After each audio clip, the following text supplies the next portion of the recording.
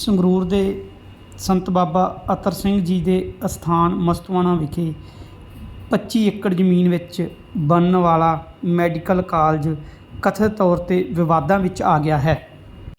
ਇਹ ਜਾਣਕਾਰੀ ਜਥੇਦਾਰ ਪੁਰਸ਼ੋਤਮ ਸਿੰਘ ਫੱਗੂਵਾਲਾ, ਕਨਵੀਨਰ ਪੰਥ ਚੇਤਨਾ ਲਹਿਰ ਦੇ ਆਗੂ ਨੇ ਪ੍ਰਧਾਨ ਸ਼੍ਰੋਮਣੀ ਗੁਰਦੁਆਰਾ ਪ੍ਰਬੰਧਕ ਕਮੇਟੀ ਦਰਬਾਰ ਸਾਹਿਬ ਨੂੰ ਇੱਕ ਪੱਤਰ ਵਿੱਚ ਲਿਖ ਕੇ ਸਾਂਝੀ ਕੀਤੀ ਹੈ। ਉਹਨਾਂ ਨੇ ਕਥਿਤ ਤੌਰ 'ਤੇ ਦੋਸ਼ ਲਾਇਆ ਕਿ ਸੰਤ ਅਤਰ ਸਿੰਘ ਜੀ ਦੇ ਅਸਥਾਨ ਮਸਤੂਆਣਾ ਸਾਹਿਬ ਵਿਖੇ ਉਹਨਾਂ ਦੇ ਸਥਾਨ ਦੇ ਗੈਰ ਕਾਨੂੰਨੀ ਟਰਸਟੀਆਂ ਵੱਲੋਂ ਇਸ ਅਸਥਾਨ ਦੀ 25 ਏਕੜ ਜ਼ਮੀਨ ਸਰਕਾਰ ਨੂੰ ਗੈਰ ਕਾਨੂੰਨੀ ਤਰੀਕੇ ਨਾਲ ਬੈਅ ਕਰਵਾ ਕੇ ਇੰਤਕਾਲ ਵੀ ਅਮਲ ਵਿੱਚ ਲਿਆਂਦਾ ਗਿਆ ਹੈ। ਜ਼ਿਕਰਯੋਗ ਹੈ ਕਿ ਭਗਵੰਤ ਮਾਨ ਦੀ ਸਰਕਾਰ ਨੇ ਬਜਟ ਵਿੱਚ 50 ਕਰੋੜ ਰੁਪਈਆ ਇਸ ਮੈਡੀਕਲ ਕਾਲਜ ਨੂੰ ਬਣਾਉਣ ਲਈ ਰੱਖਿਆ ਹੈ। ਦੂਸਰੇ ਪਾਸੇ ਜਥੇਦਾਰ ਫੱਗੂਵਾਲਾ ਵੱਲੋਂ ਮਾਨ ਸਰਕਾਰ 'ਤੇ ਗੰਭੀਰ ਆਰੋਪ ਲਾਏ ਜਾ ਰਹੇ ਹਨ। ਜਥੇਦਾਰ ਵੱਲੋਂ ਕਥਿਤ ਤੌਰ 'ਤੇ ਲਾਏ ਗਏ ਦੋਸ਼ਾਂ ਨੂੰ ਲੈ ਕੇ ਜੋ ਕਾਨਫਰੰਸ ਕੀਤੀ ਹੈ, ਆਓ ਤੁਹਾਨੂੰ ਸੁਣਾਉਂਦੇ ਹਾਂ ਕੀ ਕਿਹਾ ਜਥੇਦਾਰ ਸਾਹਿਬ ਨੇ। ਦਾਸ ਪੁਰਸ਼ੋਤਮ ਸਿੰਘ ਫੱਗੂਵਾਲਾ ਜੀ, ਕਨਵੀਨਰ ਪੰਥਕ ਚੇਤਨਾ ਲਹਿਰ। ਅੱਜ ਮੇਰਾ ਸ਼੍ਰੋਮਣੀ ਗੁਰਦੁਆਰਾ ਪ੍ਰਬੰਧਕ ਕਮੇਟੀ ਦਾ ਇਹ ਡਿਸਟ੍ਰਿਕਟ ਹੈੱਡਕੁਆਟਰ ਹੈ, ਜਿੱਥੇ ਅਸੀਂ ਮੈਨੇਜਰ ਸਾਹਿਬ ਦੇ ਗੇਟ ਅੱਗੇ ਧਰਨੇ 'ਤੇ ਬੈਠੇ ਹਾਂ। ਇਹਦਾ ਕਾਰਨ ਹੈ, ਬਹੁਤ ਵੱਡਾ ਕਾਰਨ, ਮਸਤੂਆਣਾ ਸਾਹਿਬ ਦੀ ਪਵਿੱਤਰ ਧਰਤੀ ਦੇ ਉੱਤੇ ਸੰਤ ਬਾਬਾ ਅਤਰ ਸਿੰਘ ਜੀ ਦੇ ਅਸਥਾਨ ਦੇ ਉੱਤੇ ਇੱਕ ਬੋਗਸ ਜਿਹੜਾ ਕਹਿ ਲਈਏ ਆਪਾਂ ਟਰਸਟ ਹੈ, ਉਹਨੇ 25 ਕਿੱਲੇ ਜ਼ਮੀਨ ਹੈ ਜਿਹੜੀ ਸਰਕਾਰ ਨੂੰ ਦੇ ਦਿੱਤੀ।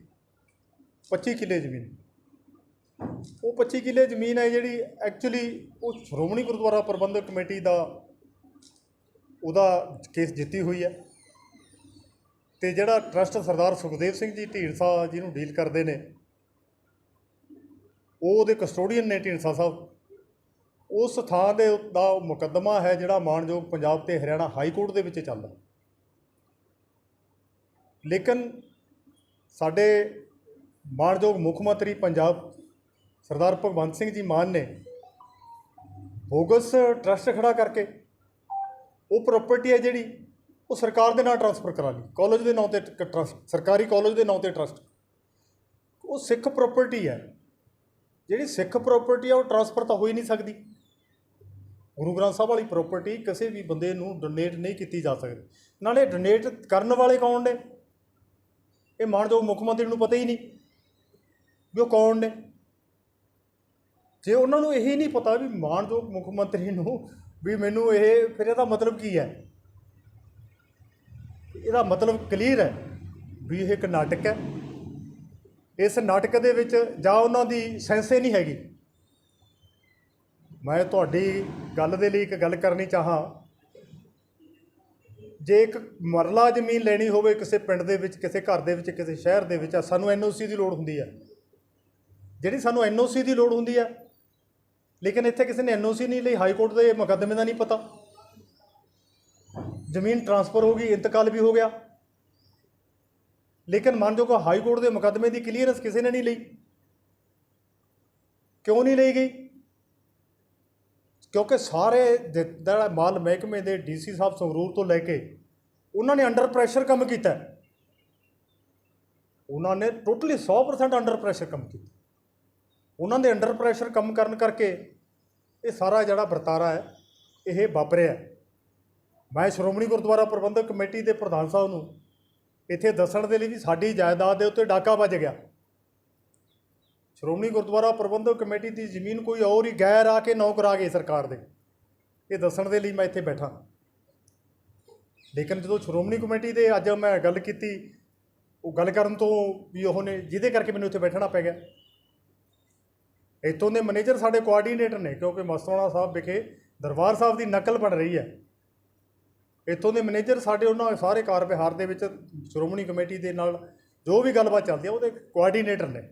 ਇਹਦੇ ਕਰਕੇ ਮੈਂ ਇਹ ਥਾਂ ਚੁਣੀ ਹੈ ਵੀ ਇਹ ਮੈਨੇਜਰ ਨੇ ਜਿਹੜੇ, ਇਹ ਸਾਡੀ ਗੱਲ ਹੈਗੀ ਜਿਹੜੀ ਸ਼੍ਰੋਮਣੀ ਗੁਰਦੁਆਰਾ ਪ੍ਰਬੰਧਕ ਕਮੇਟੀ ਤੱਕ ਪਹੁੰਚਾਉਣ। ਅਤੇ ਮਾਣਯੋਗ ਮੁੱਖ ਮੰਤਰੀ ਅਤੇ DC ਸਾਹਿਬ ਸੰਗਰੂਰ ਅਤੇ ਇੱਥੋਂ ਦੇ ਰਜਿਸਟਰੀ ਕਰਨ ਵਾਲੇ ਤਹਿਸੀਲਦਾਰ ਸੰਗਰੂਰ, ਇੱਥੋਂ ਦੇ ਰਜਿਸਟਰੀ ਕਰਨ ਵਾਲੇ ਪਟਵਾਰੀ ਕਨਗੋ ਸਾਹਿਬਾਨ, ਉਹਨਾਂ 'ਤੇ ਸਾਰਿਆਂ 'ਤੇ 420 ਦਾ ਮੁਕੱਦਮਾ ਦਰਜ ਹੋਣਾ ਚਾਹੀਦਾ, ਕਿਉਂਕਿ ਜਿਹੜੇ ਜ਼ਮੀਨ ਦਾ ਕੋਈ ਮਾਲਕ ਹੀ ਨਹੀਂ, ਜਦੋਂ ਉਹ ਜ਼ਮੀਨ ਤੋਂ ਰਜਿਸਟਰੀ ਕਰਵਾ ਕੇ ਸਰਕਾਰ ਉਹ 'ਤੇ, ਅੱਜ ਮੈਨੂੰ ਬਜਟ ਸੈਸ਼ਨ ਦੇ ਵਿੱਚ ਪਤਾ ਲੱਗਿਆ ਵੀ 50 ਕਰੋੜ ਇੱਕ ਹੋਰ ਸੋਚਾ ਵੀ ਅਸੀਂ ਬਜਟ 'ਚ 50 ਕਰੋੜ ਰੁਪਇਆ ਰੱਖ ਲਿਆ। ਅਸੀਂ ਗੌਰਮੈਂਟ ਕਾਲਜ ਬਣਨ ਦੇ ਵਿਰੋਧ 'ਚ ਨਹੀਂ ਹੈਗੇ, ਅਸੀਂ ਲੜ ਕੇ PGI ਬਣਵਾਇਆ, 13 ਸਾਲ ਲੜਿਆ PGI ਲਈ। ਉੱਥੇ ਸ਼ਰਾਬ ਦਾ ਕਾਰਖਾਨਾ ਲਾਉਂਦਾ ਸੀ ਕੋਈ ਸਿੱਖ ਆਗੂ, ਉਹ PGI ਬਣਵਾਇਆ। ਮੈਂ ਕਾਲਜ ਦੇ ਹੱਕ ਦੇ ਵਿੱਚ ਆ, ਸਰਕਾਰੀ ਮੈਡੀਕਲ ਕਾਲਜ ਬਣਨਾ ਚਾਹੀਦਾ, ਲੇਕਿਨ ਗੁਰਦੁਆਰੇ ਦੀ ਜ਼ਮੀਨ ਦੇ ਉੱਤੇ ਨਹੀਂ ਤੁਸੀਂ 40-40 50-50 ਕਿੱਲੇ ਪੰਚਾਇਤਾਂ ਦੇ ਛੜਾਏ ਨੇ।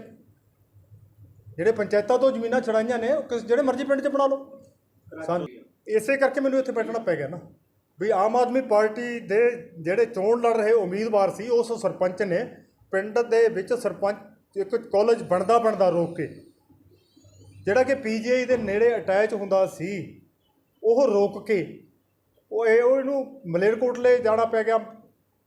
ਮਾਣਯੋਗ ਸਾਡੇ ਸਾਬਕਾ ਮੰਤਰੀ ਸਾਹਿਬ ਨੂੰ, ਵਿਜੇ ਇੰਦਰ ਜੀ ਨੂੰ, ਮਲੇਰਕੋਟਲੇ ਪ੍ਰਾਪਰਟੀ ਦੇਖੀ ਇਹਨਾਂ ਨੇ, ਲੇਕਿਨ ਉਦੋਂ ਬਾਅਦ 'ਚੋਂ ਸਰਕਾਰ ਤੋਂ ਬਾਹਰ ਹੋ ਗਏ। ਅਤੇ ਆਹ ਨਵੇਂ ਮਾਣਯੋਗ ਮੁੱਖ ਮੰਤਰੀ ਸਾਹਿਬ ਨੇ ਹੋਰ ਹੀ ਨਵਾਂ ਉੱਥੇ ਇੱਕ ਜਾਲੀ ਬੋਗਸ ਟਰਸਟ ਖੜਾ ਕਰਕੇ, ਬੋਗਸ ਕਮੇਟੀ ਖੜੀ ਕਰਕੇ, ਮੈਨੂੰ ਇਹ ਵੀ ਭਰੋਸੇਯੋਗ ਸੂਤਰਾਂ ਤੋਂ ਪਤਾ ਲੱਗਿਆ ਵੀ ਢੀਂਡਸਾ ਸਾਹਿਬ ਵੀ ਮੁਨਕਰਦ ਹੁੰਦੇ ਨੇ, ਵੀ ਮੈਨੂੰ ਵੀ ਨਹੀਂ ਪਤਾ ਇਸ ਗੱਲ ਦਾ। ਜਿਹੜੇ ਉੱਥੇ ਟਰਸਟ ਦੇ ਕਸਟੋਡੀਅਨ ਨੇ, ਜੇ ਢੀਂਡਸਾ ਸਾਹਿਬ ਨੂੰ ਨਹੀਂ ਪਤਾ ਤਾਂ ਇਹਨਾਂ 'ਤੇ ਪਰਚਾ ਦਰਜ ਹੋਣਾ ਚਾਹੀਦਾ ਸਾਰਿਆਂ 'ਤੇ।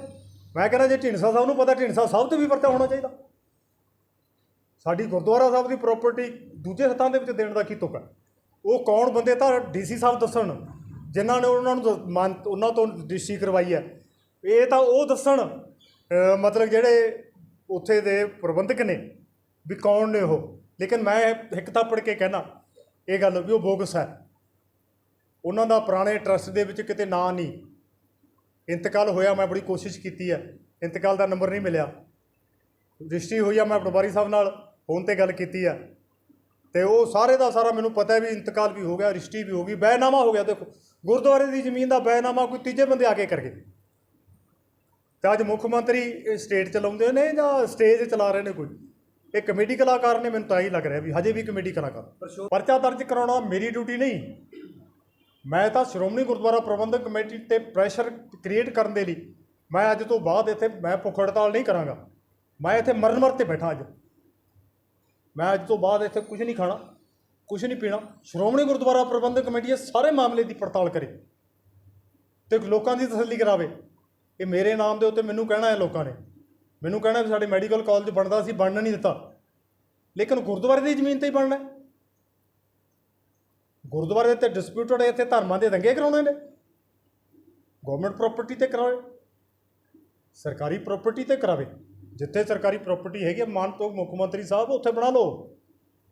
ਝਰੇੜੀ ਦੇ ਵਿੱਚ ਭਿੰਡਰਾਂ ਘਾਬਦਾਂ ਦੇ ਲੋਕ ਹਾਕਾ ਮਾਰਦੇ ਨੇ, ਮੈਂ ਅੱਜ ਐਗਰੀਮੈਂਟ ਕਰਾਉਣਾ, ਅੱਜ ਉੱਥੇ ਬਣਾ ਦਿਓ, ਨਾਲੇ PGI ਦੇ ਨੇੜੇ ਹੈ।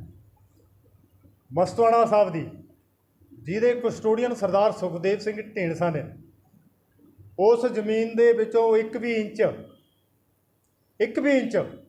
ਨਹੀਂ ਦਿੱਤਾ ਜਾ ਸਕਦਾ ਕਾਨੂੰਨ ਮੁਤਾਬਕ। ਕੀ ਫਿਰ DC ਸਾਹਿਬ ਨੂੰ ਸਰਕਾਰੀ ਅਮਲੇ ਬਿੱਲ ਨੂੰ ਪਤਾ ਨਹੀਂ ਸੀ ਵੀ ਇਹ ਹੋ ਨਹੀਂ ਸਕਦਾ? ਕਿਵੇਂ ਕਰਤਾ ਉਹਨਾਂ ਨੇ? ਇਹ ਤਾਂ DC ਸਾਹਿਬ ਜਵਾਬ ਦੇ ਸਕਦੇ ਨੇ। ਮੈਂ ਤਾਂ ਕਹਿੰਦਾ ਉਹਨਾਂ ਦੇ ਵਰਖਲਾ ਕਾਰਵਾਈ ਹੋਣੀ ਚਾਹੀਦੀ ਹੈ। ਮੈਂ ਤਾਂ ਸਰਕਾਰੀ ਅਮਲੇ ਦੇ ਖਿਲਾਫ ਵੀ ਕਹਿੰਦਾ ਵੀ ਕਾਰਵਾਈ ਹੋਣੀ ਚਾਹੀਦੀ ਹੈ। ਵੀ ਉਹ ਇੱਕ ਮਰਲਾ ਜ਼ਮੀਨ ਜੇ ਕਿਸੇ ਨੇ ਖਰੀਦਣੀ ਹੈ ਕਿਤੇ ਤਾਂ NOC ਮੰਗਦਾ ਹੈ, ਲੇਕਿਨ ਮਾਨਯੋਗ ਪੰਜਾਬ ਅਤੇ ਹਰਿਆਣਾ ਹਾਈ ਕੋਰਟ ਦੇ ਵਿੱਚ ਸ਼੍ਰੋਮਣੀ ਗੁਰਦੁਆਰਾ ਪ੍ਰਬੰਧਕ ਕਮੇਟੀ ਵਰਸਜ ਅਕਾਲ ਕਾਲਜ ਕੌਂਸਲ ਅਤੇ ਟਰੱਸਟ ਮਸਤਵਾਣਾ ਸਾਹਿਬ, ਸੰਤ ਸਿੰਘ ਟਰੱਸਟ ਮਸਤਵਾਣਾ, ਮੁਕੱਦਮਾ ਚੱਲਦਾ। ਇਹ ਪ੍ਰਾਪਰਟੀ ਟ੍ਰਾਂਸਫਰ ਹੋ ਕਿਵੇਂ ਗਈ? ਜਿਹੜੀ ਕਾਲਜ ਦੀ ਜ਼ਮੀਨ ਆਈ, ਜਿੱਥੇ ਕਾਲਜ ਬਣਿਆ ਹੋਇਆ, ਉਹ ਸਰਕਾਰੀ ਜ਼ਮੀਨ 'ਚ ਬਣਿਆ ਹੋਇਆ, ਉੱਥੇ ਬਣ ਸਕਦਾ ਕਿ ਨਹੀਂ ਬਣ ਸਕਦਾ ਜੀ? ਇਹ ਕਿਤੇ ਵੀ ਨਹੀਂ ਬਣ ਸਕਦਾ ਜਿੰਨਾ ਇਹਦਾ ਟਰੱਸਟ ਦੀ ਥਾਂ ਹੈਗੀ, ਜਿੰਨਾ ਟਰੱਸਟ ਦੀ ਕਸਟੋਡੀਅਨ ਨੇ, ਜਿੰਨੇ ਟਰੱਸਟ ਦੇ ਥਾਂ ਦੇ ਵਿੱਚ, ਇਹ ਕਿਤੇ ਵੀ ਉਹ ਪ੍ਰਾਪਰਟੀ ਸਰਕਾਰ ਨੂੰ ਟ੍ਰਾਂਸਫਰ ਨਹੀਂ ਕੀਤੀ ਜਾ ਸਕਦੀ। ਇਹ ਮੈਂ ਮਾਣਯੋਗ ਪੰਜਾਬ ਅਤੇ ਹਰਿਆਣਾ ਹਾਈ ਕੋਰਟ ਦੇ ਮੇਰੇ ਵਕੀਲ ਸਾਹਿਬਾਨ ਨਾਲ, ਸੁਪਰੀਮ ਕੋਰਟ ਦੇ ਮੇਰੇ ਵਕੀਲ ਸਾਹਿਬਾਨ ਨਾਲ ਇਹ ਸਾਰਾ ਕੇਸ ਮੈਂ ਸਟੱਡੀ ਕਰ ਚੁੱਕਿਆ। ਕਿਹੜੇ ਬੰਦਿਆਂ ਨੇ ਨਾਮ ਕਰਾਈ ਹੈ ਜੀ? ਇਹ ਤਾਂ ਜੀ ਢੀਂਡਸਾ ਸਾਹਿਬ ਦਾ ਉਹ ਦੱਸਣ, ਢੀਂਡਸਾ ਸਾਹਿਬ ਦੱਸਣ ਜਾਂ ਉਹ ਡਿਕਲੇਰੇਟ ਕਰਨ, ਮੈਨੂੰ ਕੀ ਲੋੜ ਪਈ ਹੈ?